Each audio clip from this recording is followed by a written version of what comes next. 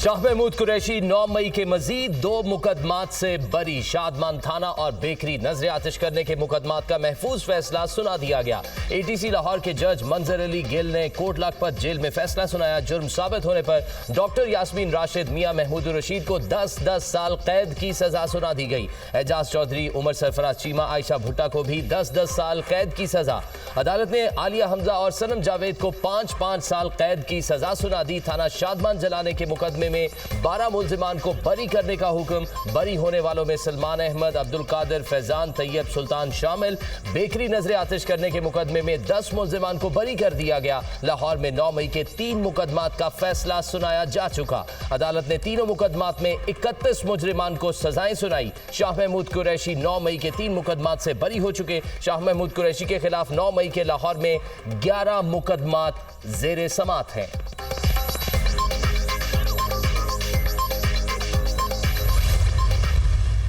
पाकिस्तान तहरीक इंसाफ जो 8 फरवरी को 180 सीटों के साथ जीती थी, जिसने 3 करोड़ वोट लिया था, फिर ईवान में इब्तिदा में 91 वोटों के साथ नुमाइंदगान के साथ बैठी। आज हम ईवान में 76 नुमाइंदगान के साथ बैठे हैं। तहरीक इंसाफ का अदालती फैसले पर तहफ़्फ़ुज़ात का इजहार। ATC से सजाओं की मजम्मत। एक बार फिर PTI की क़यादत को 10-10 साल कैद की सजा सुना दी गई। इंसाफ का कत्ल आज भी जारी है। कैंसर की मरीजा 74 साला यास्मीन राशिद को एक बार फिर सजा सुना दी गई। हमने 9 मई की मजम्मत की, हमारी पिटीशन पड़ी रही, किसी ने नोटिस नहीं किया। ऐवान में हमारे 76 अरकान रह गए हैं। 8 फरवरी को PTI 180 सीट्स पर कामयाब हुई थी, मगर ये मैंडेट छीना गया। आवाम की आवाज़ को दबाया नहीं जा सकता। तहरीक चलेगी, रुकेगी नहीं। चेयरमैन PTI बैरिस्टर गौहर की मीडिया से गुफ्तगू। असद कैसर ने कहा, अदालतों पर एतमाद नहीं रहा, इंसाफ दूर दूर तक नजर नहीं आता। ये अदालत नहीं, हुकूमत के फैसले लगते हैं। हम खड़े हैं और रहेंगे। 14 अगस्त को हकीकी आज़ादी का दिन मनाएंगे। मैंडेट तस्लीम करने और मुल्क को आइन के मुताबिक चलाने का मुतालबा। मरी में नून लीग के बड़ों की अहम बैठक। सदर मुस्लिम लीग नून नवाज शरीफ की जेर सदारत इजलास। वजीर आजम शहबाज शरीफ, नायब वजीर आजम इसहाक डार, वजीर आला पंजाब मरियम नवाज की शिरकत। ज़िमनी इंतखाबात और टिकटों की तकसीम से मुतल्लिक तफसीली गुफ्तगू। मुल्क की सियासी सूरत हाल, हुकूमती मामलात और पार्टी उमूर पर मुशावरत। करप्शन के खात्मे के लिए उठाए गए हालिया इकदामात के नताइज पर बातचीत। वजीर दिफा ख्वाजा आसिफ और MPA नईम एजाज के मामले पर भी गुफ्तगू। अपोजिशन जमातों की एहतजाजी हिकमत अमली से निपटने पर भी तबादला ख्याल। मुजव्वज़ा कानून साजी और इदारा जाती हम आहंगी पर भी मुशावरत।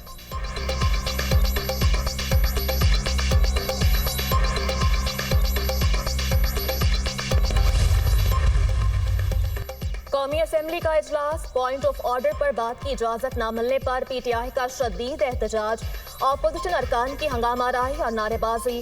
ऑपोजिशन ने स्पीकर डाइस के सामने जमा होकर एजेंडे की कॉपियां फाड़ दी। ऑपोजिशन रुकन इकबाल अफरीदी ने कोरम की निशानदही कर दी। गिनती करवाने पर असेंबली का कोरम पूरा निकला। 200 यूनिट से 1 यूनिट बढ़ता है तो बिजली का बिल कहीं ज्यादा हो जाता है। रुकने कौमी असेंबली नईमा किश्वर का 200 यूनिट से मुतालिक सवाल।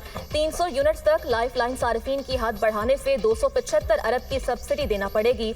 मुल्क की मौशी हालात ऐसे नहीं कि बिजली सारिफीन को 275 अरब की सब्सिडी दे सके। हुकूमत 1 करोड़ 80 लाख बिजली सारिफीन को सब्सिडी दे रही है। वज़ीर तवानाई अवैस लगारी का वक्फा सवालात में जवाब। शाजिया सोबिया ने ओवरबिलिंग का मामला ऐवान में उठा दिया। मोदी जान ले, हम पीछे हटते हैं और ना झुकते हैं। बिलावल भुट्टो की ललकार। जंग भारत ने शुरू की मगर मुकम्मल हमने की। पाकिस्तान की मुसल्लह अफवाज ने भारत को तारीखी जवाब दिया। पाकिस्तान ने भारत को हर मुहाज पर इबरतनाक शिकस्त दी। पाकिस्तान ने हमेशा अमन की बात की, मुख्तलिफ मुल्कों के दौरे करके भारत को बेनकाब कर दिया। सफारतकारी मुहिम के दौरान पूरी दुनिया को सिंधु पर मोदी के हमले का बताया। कोई सोच भी नहीं सकता था मोदी सिंधु का पानी रोकने और डैम बनाने की धमकी दे देगा। दरियाए सिंध सिर्फ पानी का जरिया नहीं, सिंध की हजारों साल पुरानी तहजीब का भी सरचश्मा है। अवाम में इतनी ताकत है, हम मोदी से अपने तमाम दरिया वापस ले सकते हैं। जंग में कामयाबी और जश्न आज़ादी एक साथ मना रहे हैं। Chairman peoples party Bilawal Bhutto Zardari का तकरीब से खिताब।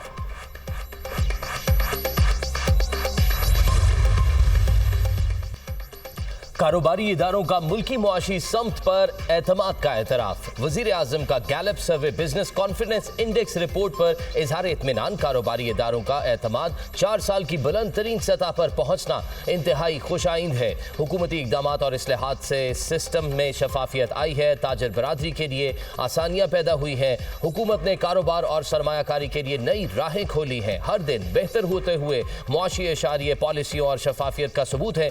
मैक्रो इकनॉमिक इस्लाहात के सम्राट आम आदमी तक पहुंचना शुरू हो गए हैं। हुकूमत इदारा जाती कारकर्दगी को मजीद बेहतर बनाने की कोशिश कर रही है। वजीर आजम की वजीर खजाना और उनकी मुआशी टीम की काविशों की तारीफ।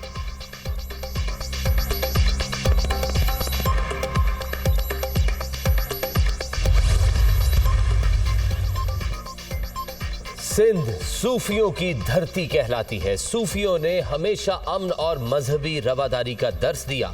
वज़ीर आला सिंध मुराद अली शाह का सिंध असम्बली में खिताब। ऐवान में कौमी परचम लहराया। तमाम अरकान ने पाकिस्तान जिंदाबाद के नारे लगाए। मीडिया से गुफ्तगू में वज़ीर आला ने कहा, माजी के मुकाबले में सिंध के विफाक से ताल्लुकात बेहतर हैं। नैब कवानीन अब काफ़ी तब्दील हो चुके हैं। करप्शन के खिलाफ कार्रवाई होनी चाहिए, लेकिन सियासी इंतकाम नहीं। डंपर्स हादसे में बहन भाई के जाँ बहक होने पर अफसोस है। हादसे के बाद 7 डंपर्स जलाए गए। डंपर्स जलाने वालों को सजाएं देंगे। 15 दिन में कैमरे ना लगाए तो डंपर्स नहीं चला। सर, ये शहर में अमन बहुत मुश्किल से आया है। इस शहर में किसी सूरत में भी दोबारा लसानियत की सियासत, दोबारा बदमाशी की सियासत, दोबारा भत्ताखोरी की सियासत, दोबारा गुंडागर्दी की सियासत नहीं होने देंगे। कुछ भी हो जाए, कोई भी कीमत हमें भरनी पड़े। हमने उनको डेडलाइन देंगे 25 तारीख के बाद सिर्फ वो डंपर्स शहर में आएंगे जिसमें ट्रैक्टर्स लगे होंगे, वो डंपर्स शहर में आएंगे जिनमें कैमरास लगे होंगे। चीफ मिनिस्टर साहब ने कहा है कि जिनका नुकसान हुआ है उनको कंपनसेशन हम देंगे। जरूरी है कि हम बैठ के यहाँ पे ऐलान करें, नाम लेते रहें। भारत में अक़लियतें महफूज नहीं। दोबारा लसानियत, बदमाशी, गुंडागर्दी, भत्ताखोरी की सियासत नहीं होने देंगे। 25 अगस्त के बाद कैमरे लगे डंपर्स ही शहर में दाखिल हो सकेंगे। डंपर हादसे में जाँ बहक होने वालों के लवाहिकीन की माली मदद की जाएगी। वज़ीर इत्तलात सिंध शजील मेमन का इज़हार ख्याल। शजील मेमन की तकरीर के दौरान MQM अरकान का शोर शराबा। सूबाई वज़ीर सईद गनी ने कहा, किसी भी हुकूमत ने अक़लियतों के खिलाफ कोई पॉलिसी नहीं बनाई। MQM की जानिब से अक़लियतों से मुताल्लिक़ करारदाद मुतनाज़ा बनाना काबिल अफसोस है।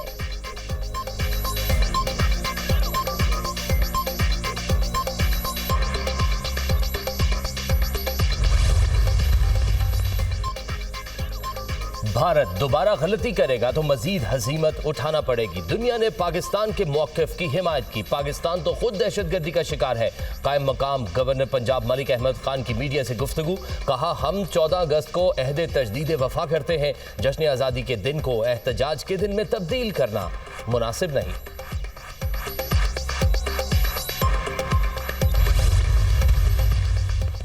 कौम 14 अगस्त को आज़ादी का जश्न, फितना पार्टी फसाद की प्लानिंग कर रही है। अगर किसी ने कानून हाथ में लिया तो कानून हरकत में आएगा। PTI 14 अगस्त का एहतजाज मुलतवी करे। वज़ीर इत्तलात पंजाब आज़मा बुखारी का बयान।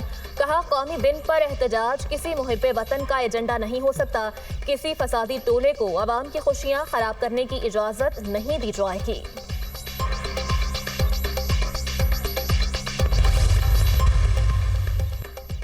वज़ीर ख़ारजा इसहाक डार का आज़रबाईजान के हम मनसब से टेलीफोनिक राब्ता। तिजारत और सरमायाकारी के शोबों में ताउन पर तबादला ख्याल। फ़रीक़ैन ने कसीरुल जहती फोरम्स में ताउन पर इत्मीनान का इजहार किया। आइंदा अक़वाम मुत्तहिदा और OIC की सरगर्मियों के लिए करीबी राब्ता बरकरार रखने पर इत्तफ़ाक़। शंघाई ताउन तंजीम से मुतल्लिक़ उमूर पर भी मुशावरत पर इत्तफ़ाक़।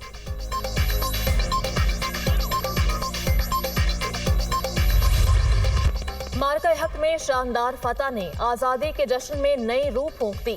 हर कोई जश्न आज़ादी की तैयारियों में मगन। आज़ादी का जश्न धूमधाम से मनाने की तैयारियां जारी। घर, इमारतें, शाहराएं सब्ज लाइट से सजाती गईं। जगह जगह सब्ज लाली परचमों की बहार आ गई। शहरियों का जोश जज्बा दीतनी, झंडियों, बैजेस और दीगर आराइशी सामान की खरीदारी भी जारी। मार्का हक और आज़ादी का जश्न गवर्नर हाउस कराची में रंगारंग तकरीब। मारूफ गुलकार आतिफ असलम सुर बिखेरेंगे। शहरी अपने पसंदीदा गुलकार को सुनने को बेकरार। आतिशबाजी का भी शानदार मुजाहिरा किया जाएगा।